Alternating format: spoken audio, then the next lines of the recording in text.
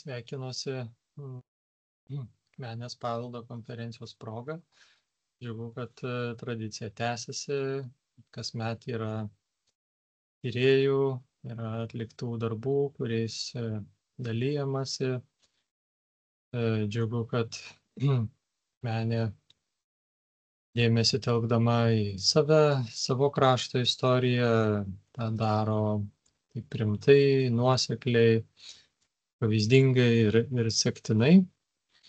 Atsiprašau, kad negaliu būti kartu su jumis šiandien, esu visai kitoje Lietuvos dalyje, bet taip pat mintys apie paveldą, žygis skirtas plačiai visuomeniai, supažindinti su tom paveldo vertybėm, kurios dažnai ir dažniausiai stokoja dėmesio. Turiu omeny pilkapius, šventus akmenis, šventus šaltinius ir kitas mūsų brangias, čia ne visada pastebimas vietas. Taigi, dabar bendrinsiu savo ekraną, tikiuosi, kad čia viskas pavyks ir galėsime pradėti savo pranešimą. Taigi, tema Baltų pasaulėvaizdis, remiantis Akmenės krašto šventvietėmis. Na, tai tikrai nėra iš lengvųjų, nėra paprasta apie tai kalbėti dėl daugelio priežasčių ir bent dalį jų tarsiu, apžvelgsiu. Taigi, tas mano saugiklis, prierašas, jog tai yra įvadinė dalis, yra noras pasakyti, jog tyrimas tęsiasi, jis nėra pasibaigęs.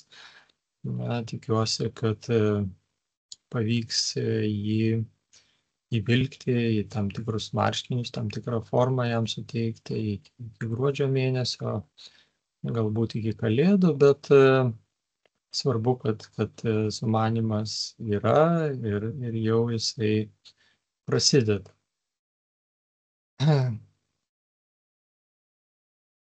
Padalinau savo pranešimą į 3 dalis, kurios pačio pasaulėvaizdžio lyg tarsi ir neapčiuopia arba nepradeda apie jį kalbėti, tačiau tikslas yra dar kartą prisiminti, apžvelgti medžiagą, kuri yra sukaupta, kuri taps šio tyrimo šaltiniais.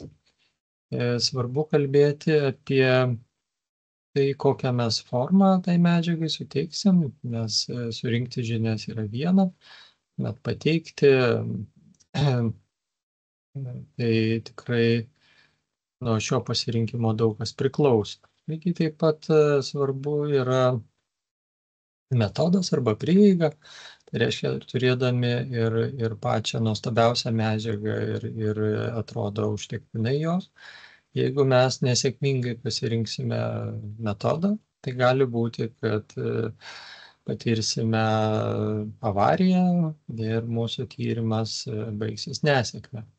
Taigi norėčiau apie visus šitus dalykus ir kai kurios kitas aplinkybės savo pranešime kalbėti. Tyrimų istorija pradeda, turiu omeny Akmenės krašto šventviečių, kurios yra baltų religijos paveldo vertybės. Pradeda Domas Liudvikas Jucevičius, bajoras, Žemaitijoje, gyvenęs daugelį kitur. Deja, miręs anksti, ne Lietuvoje, netgi nežinomas jo kapas. Bet Akmenėje jisai nusipelnė savo straipsnių, paskelbtų Peterburgo periodikoje, kuriame jisai aprašė Kerežių kaime buvusius tokius nepaprastus lietuvių deivių arba tiesiog deivių akmenis. Tas pasakojimas yra besidomintiems žinomas. O Egidijaus Jeramino pastangom buvo pastaraisiais metais lokalizuota ir vieta, kur tie akmenys yra buvę. Kitas svarbus dalykas ir šiokia tokia naujiena, kad šventvietė, kuri anksčiausiai dar XIX amžiaus antroje pusėje sulaukė dėmesio, tai yra Lokavos kalnas, visiems nebejoju žinomas, vienaip ar kitaip suprantamas ir galim jį vadinti piliakalniu, galim jį vadinti piliakalniu, kuris vėliau tapo šventvietė, arba laikyti tokia vieta, kuri buvo tuo pačiu metu ir politinis administracinis centras, ir religinis centras.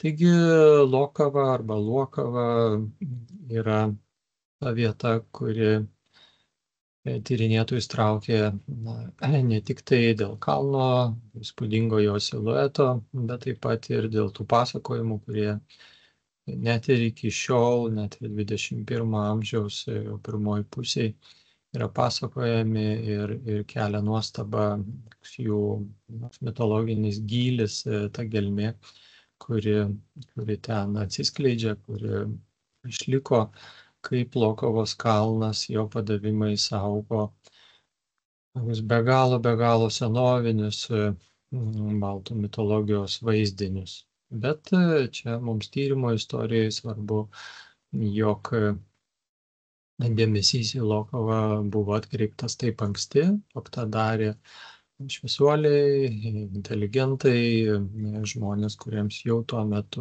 rūpėjo senovės paminklų tyrimai ir tam tikra dalim jų apsauga. Jau laisvoj Lietuvoje ateina laikas Petrui Tarasenkai, nenuilstančiam archeologijos propaguotojui ir Lietuvos archeologijos žemėlapio rengėjui, kuris jau trečiojo dešimtmečio pradžioje labai aktyviai palaikomas žurnalistų, laikraščių, žurnalų leidėjų, imasi raginti visuomenę rinkti žinias pirmam lietuviškam tautiniam archeologijos veikalui, kuris apimtų visą Lietuvą, etninę Lietuvą, tai reiškia išeitų ir už oficialių valstybės ribų, tačiau apimtų lietuvių tautos gyvenamos teritorijos plotus. Taigi Petras Tarasenka į savo kvietimus, daugelį kartų skelbtus, kartotus, sulaukė daugybės laiškų, sunku pasakyti, kiek jų galėjo būti tikrovėje, bet Valstybės archeologijos komisijos archyve, matyt, tie laiškai buvo perduoti, nežinom tiksliai, kada tas įvyko, tie laiškai perduoti, išskirstyti pagal vietovės, pagal administracinį suskirstymą ir daugelis jų turi prierašą, grifą gautą iš Petro Tarasenkos. Ir matom, koks platus buvo tų korespondentų arba Tarasenkos talkininkų ratas. Ir tarp jų buvo taip pat Akmenės krašto žmonės, reikėtų atskirai aiškintis, kuo jie tapo, tie gimnazistai, arba kuo buvo ir koks likimas buvo tų šviesių raštingų žmonių, kurie laikė savo pareigą pranešti, įsidėti prie Petro Tarasenkos pradėto darbo. Taigi ta medžiaga, nors labai skirtingos vertės ir apimties, ir tokio tikslumo, vis dėlto išlieka šiandien be galo svarbi, reikšminga. Daugeliui tų laiškų jau yra 100 metų arba netrukus bus ir tai, žinoma, jau daro juos tikrų, rimtų istorinių šaltinių. Kitas šaltinis, kurio turbūt niekada neišsemsim, visą laiką atrasim kažką naujo, tai Lietuvos žemės vardyno anketos ir tai, kad yra išlikusi Akmenės krašto medžiaga, yra didelis turtas, labai reikšmingas, svarbus šaltinis, kuris vis dar tam tikra dalim gali būti tikrinamas, remiantis šiom žiniom gali būti ieškoma, arba ieškojimai atnaujinami, arba tiesiog rengiami ir net ir tose vietovėse, kur atrodo jau šiandien apskritai nieko nebelikę, Taigi čia yra Žiopelių kaimo anketa, Žiopelių kaimo nebėra, jis yra sunykęs, sujungtas, prijungtas prie Jučių kaimo ir matom, jog anketoje vietovardžiai viens po kito yra tokie, kurie domina ir mus dėl aplinkos pažinimo arba turiu omeny, tarkim, Švedų Sietuvą arba Pylos kalną, arba tokie vietovardžiai, kurie tiesiogiai sietini su baltų religija ir mitologija, tokie kaip Kuilio kalnas, arba, kaip netrukus pamatysite, Barzdenė. Taigi Žemės vardyno anketas pildė daugelis mokytojų, jų likimai klostėsi įvairiai, skirtingai, ne visi galbūt buvo tokie atidūs, darbštūs, kruopštūs, pildydami anketas, bet tai, ką jie bendrai paėmus paliko, yra aukso vertės šaltinis ir ne tik tai šventviečio tyrinėtojams, bet ir daugeliui kitų. Kiekviena anketa turi tokį paskutinį skyrių, 16, tautosakinių žinių lauką, taigi nebūtinai jie buvo visi užpildyti, nebūtinai ten randam kažką vertingo, bet tuo metu, kai tos žinios atsiranda, net ir mažiausia nuotrupa, tai yra lyg balsas iš 90 maždaug metų praeities pasiekiantis mus ir ilgametė patirtis rodo, jog daugelis tų vietų dar gali būti atrastos iš naujo, gali būti sugrąžintos į mūsų, protus, žinojimą, ir tam tikrų mastų į tą tikrą kraštovaizdį. Taigi ir čia tas pavyzdys apie Barzdinę, kalbama apie didelį akmenį, ant kurio vidurnaktį išeidavęs Šiaučius, tai batsiuvys, su didelė barzda ir siūdavęs batus. Taigi tas vaizdinys nuostabus, retas, vertingas, akmenys, ant kurių buvo siuvami batai, arba patys akmenys, kurie siūdavo batus, yra plati visiems baltų kraštam ir dar toliai į rytus, žinoma, mitologinis vaizdinys, kuris mena požemio dievus ir jų užsiėmimus būti, taip pat bendravimą su jais. Taigi čia apačioj matote nuorodą, visa Mažeikių apskritis anketos yra įskaitmenintos, yra atvirai siekiamos, prieinamos, galima žiūrėti, nagrinėti ir visiems mums atlikti dar daugelį atradimų.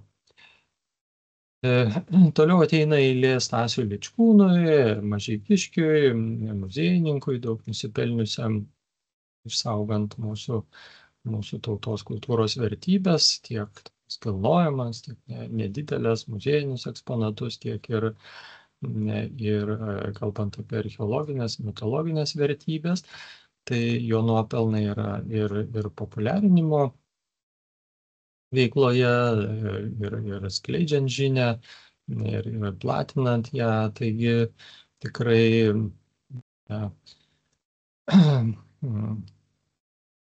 deramas dėmesys, derama pagarba turi būti skiriama ir Stasiui Ličkūnui. Jam garbė, kad jisai ėmėsi visos Mažeikių apskrities, taigi užsuko, apsilankė ir Akmenės krašte ir jo surinkti duomenys tikrai labai tokie rimti, patikimi, papildo tą aukso fondą, kuris buvo surinktas kitados ir šiandien jau būtų sunku tikėtis kažką tokio užrašinėti, bet visi surinkti duomenys sudaro tokią vieningą tokią visumą, kuri ir turi tapti mūsų tyrimų pamatu.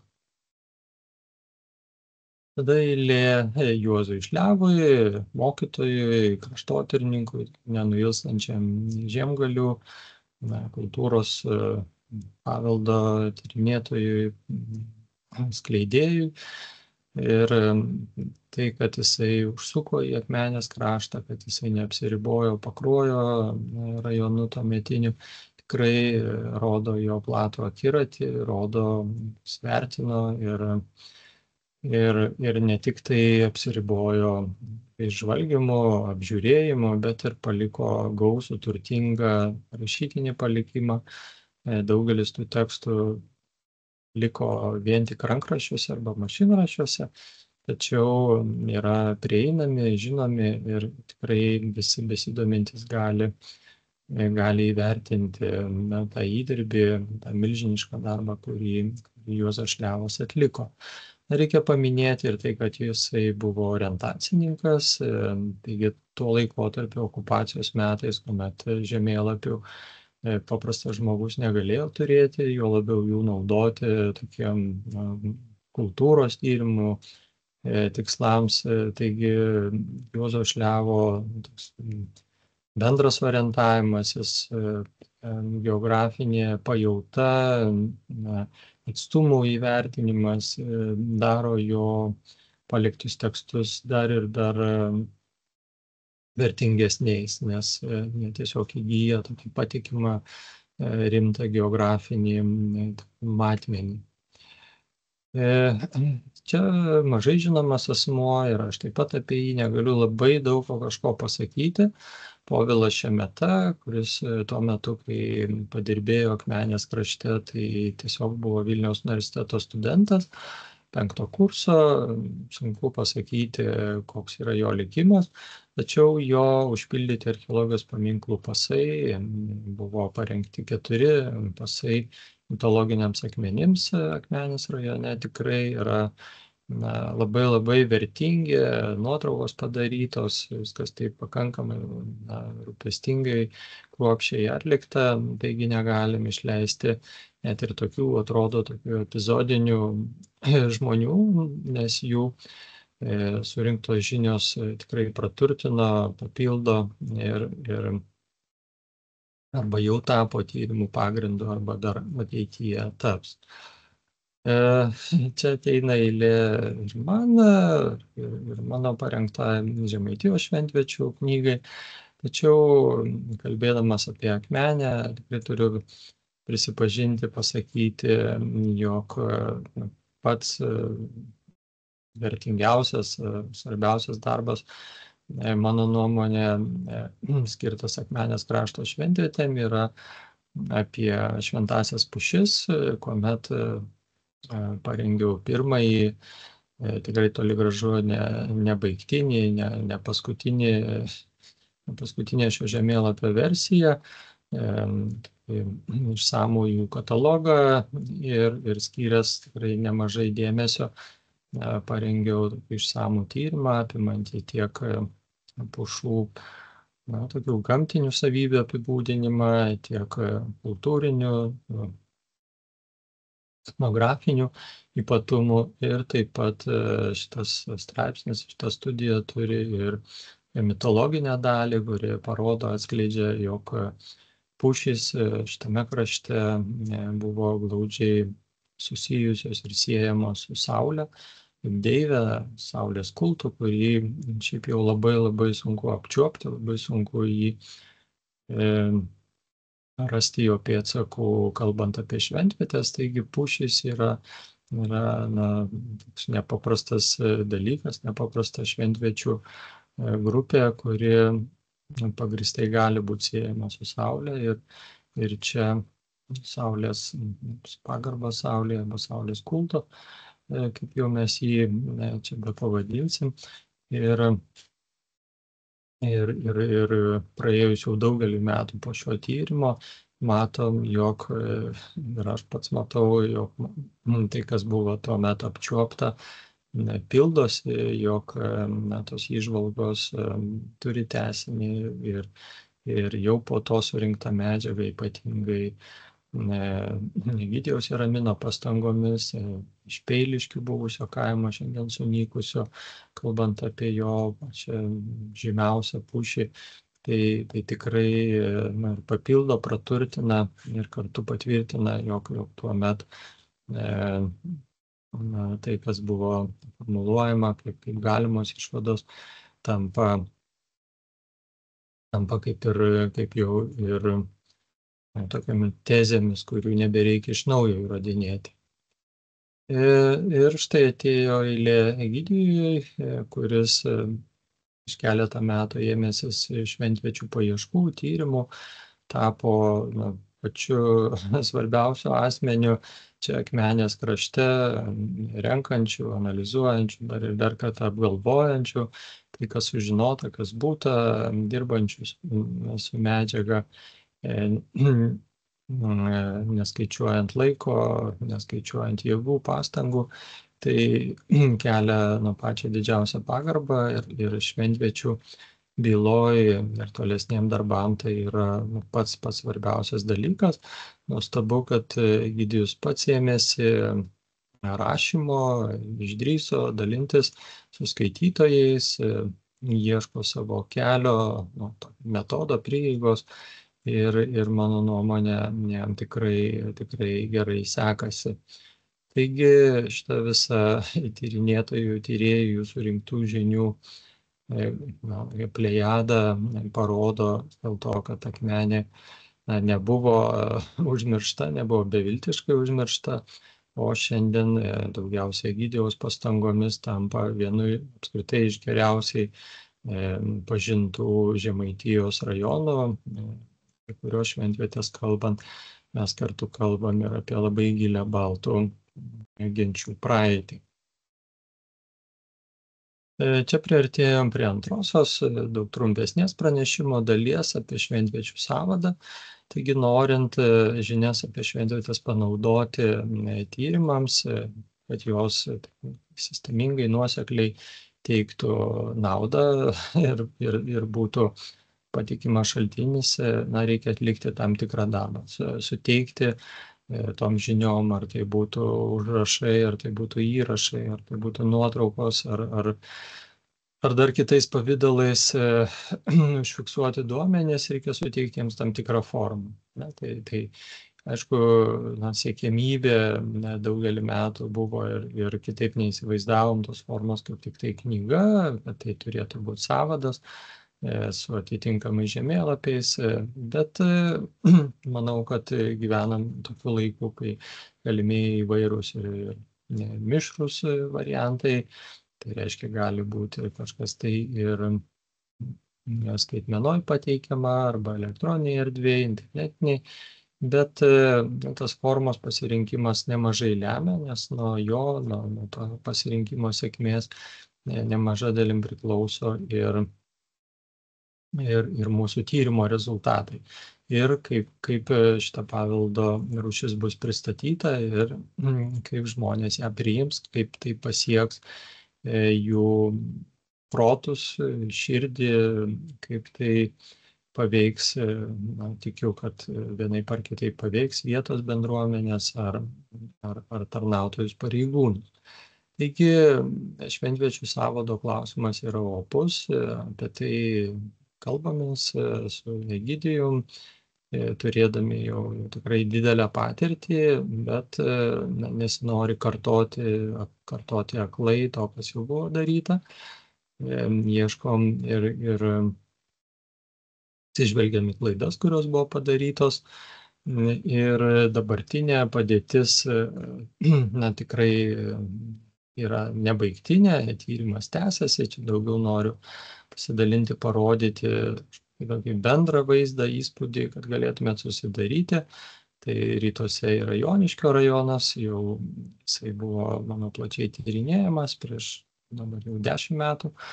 Ir šita geografinė erdvė daugiausiai Egidijaus pastangomis ir gausinama viduje, savivaldybės viduje, ir taip pat primena mum, jog Akmenės kraštas neapsiriboja vien tik Akmenės rajono riba, jog jisai pereina ir į vakarus, į Mažeikių rajoną, neabejotinai pereina ir į pietus, į Telšių rajoną. Ir taip pat turi glaudžių sąsajų su Šiaulių rajonu, nors ten miškingos vietovės, bet yra svarbių reikšmingų vietų ir ten. Taigi, tas Akmenės krašto šventviečių apibrėžtis arba jų samprata tikrai neapsiriboja formalia savivaldybės riba ir čia jums rodomas žemėlapis yra jau visiškai tiksliai pažymėtų vietų, tiek esamų, tiek buvusių. Yra nemažai akmenų sunaikintų arba kai kurių kalnų, kurie buvo nukasti. Žemėlapis tampa labai tokių svarbių, reikšmingų atraminių taškų tolesniam darbui. Irgi greta, kartu su žemėlapiu, yra kaupiamos nuotraukos ir rengiamas rankraštis, būsimo leidinio, spaudinio. Ir čia pagrindinis darbas yra Egidijaus, mano daugiau pagalba, redakcija, tam tikra tokia priežiūra arba tikslinimas duomenų, kur atrodo jie turėtų būti tikslesni, bet bendrai paėmus jau šiandien rankraštis palieka labai stiprų įspūdį tiek savo apimtim, tiek turiniu. Čia stengiamasi teikti ypatingai netrumpinant tekstus, kurie yra verti skelbti, tarminius tekstus, siužetinius. Taigi tas leidinys, tikiu, jau artimoje ateityje turėtų tapti tokiu tikrai svarbių, reikšmingų, ne vien tik tai šventviečių požiūrių, bet ir kalbos, pasaulėžiūros, papročių, tikėjimo ir tokio bendrai aplinkos pajautimo prasme, turiu omeny tyrinėjimą savivokos ir tapatybės. Na ir trečia, pati trumpiausia dalis, bet regis ir pati svarbiausia, tai klausimas, kaip tirti visą tai, ką mes jau turim surinkę ir dar toliau tikslinam, renkam. Ir nuo to pasirinkimo labai daug kas priklauso. Tai reiškia, kaip mes pasirinksim, tai lems didelę dalim, ką mes sužinosime. Ir tie metodai arba prieigos, kurias čia mėginau glaustai apibūdinti, jie labai, sakykime, kiekvienas vis savaip praturtina, papildo. Galima jo žvelgti ir kaip tam tikrus žingsnius, kurios galima būtų atlikti vieną po kito, nors tada tyrimo apimtis labai išaugtų ir sunku būtų jau patį tekstą, pačią studiją valdyti. Bet jeigu tai būtų tipologinis metodas, toks labai aiškus, daugumai suprantamas, kad mes tiesiog skaičiuojam kalnus, skaičiuojam akmenis, skaičiuojam medžius, šaltinius, pelkes, daubas, suteikiam tam tikrą klasifikaciją, tai tikrai patogu, statistiškai paranku ir galima lyginti, o kiek yra akmeniai, o kiek yra kitose rajonuose ir panašiai. Bet kita vertus tai yra ir labai sausa ir labai taip racionaliai, matematiškai pažvelgta į šventvietės. Šitas metodas tikrai yra svarbus, kalbant apie paveldosauginės galimybės, tai reiškia, kaip ne tik apskaityti, bet tai kaip ir išsaugoti vietas, kurios yra svarbios, reikšmingos, vertos apsaugos. Ir kokį metodą be pasirinksim, vis tiek tas tipologinis metodas lydės arba bus šalia ir laikas nuo laiko teks į jį atsigręžti.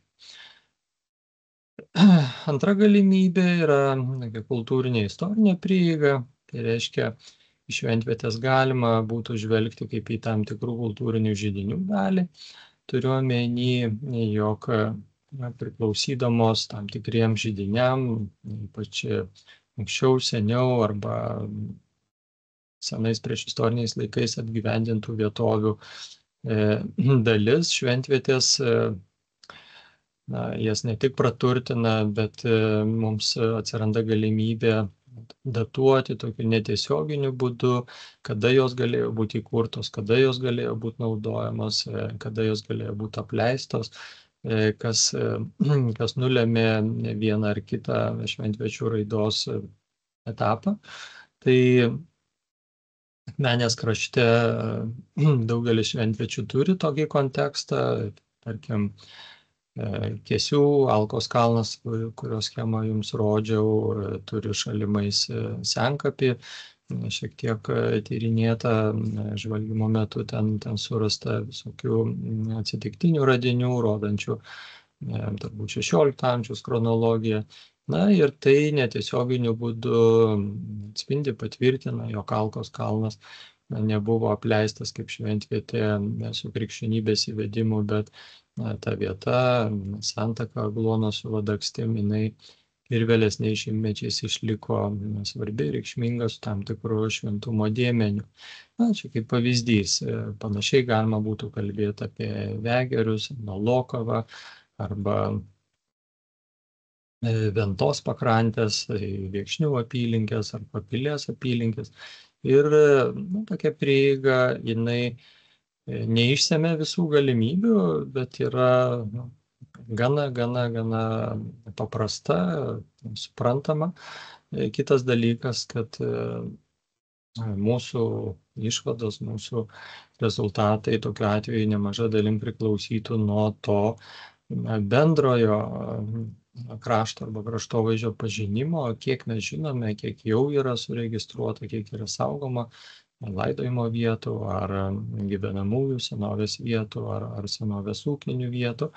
Tai čia daugiau tas klausimas yra tokio bendro suvestinio Akmenės rajono archeologinių ir mitologinių vertybių žemėlapio, kada jisai toksai atsiras, ar galbūt jau yra sudarytas, bet iki šiol nebuvo paskelbtas.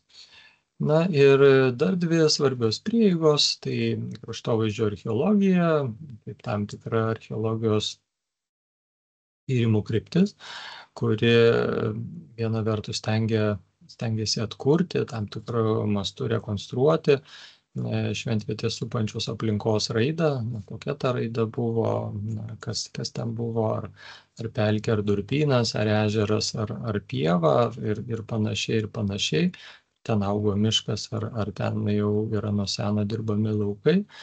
Ir dar daugelis kitų dalykų yra atsižvelgiama į šventvietės geografinę ir topografinę padėtį, yra atsižvelgiama į vietovardžius, tiek gyvenamųjų vietų vietovardžius, tiek smulkiuosius laukų, pievų, miškų, upelių vardus, kurie neabejotinai praturtina mūsų supratimą, mūsų žinias. Taip pat kreipiamas dėmesys į mitologinius dalykus, tikėjimus, į sakmes, padavimus, pasakojimus, jeigu jie žinomi, jeigu jau užrašyti, tai gali būti ir sapnų pasakojimai beje. Taigi tas toks platus galimybių, žiūros galimybių akiratis lemia tokį gilų, tikrai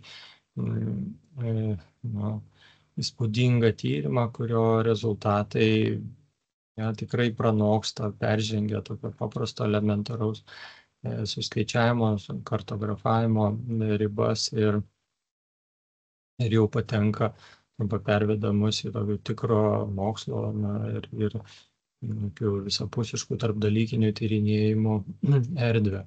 Na ir dar viena prieiga, kurią norėčiau paminėti, sąlyginai pavadinau fenomenologija. Fenomenologija, toksai mokslas, tokia sritis, kurioje kalbam apie patirtis, apie pojūčius, apie jusles. Tai reiškia, kad ir pats tyrinėtojas, ar aš šiuo atveju, ar bet kuris iš mūsų, kuris imasi tirti šventvietės, tampa pateikėjų, tampa šaltiniu, gali kurti vienos ar kitos vietos pažinimo šaltinius pats, atsiliepdamas ir tam tikrų būdų apmąstydamas savo patirtį, kurią jis patyrė, eidamas, keliaudamas arba išėjęs nutolę, sugrįžęs į namus, bet mintimis išlikęs susijęs sulankyta, tyrinėta vieta. Ir ta patirčių sritis, tas patirčių pasaulis tikrai yra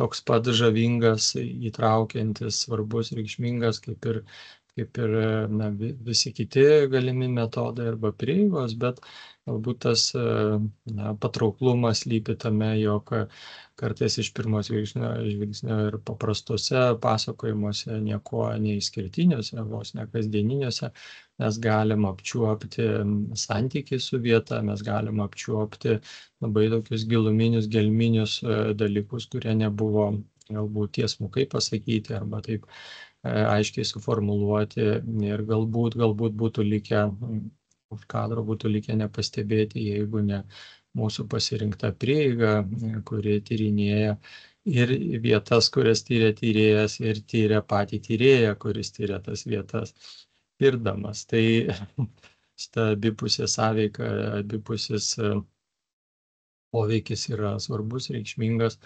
reikalingas.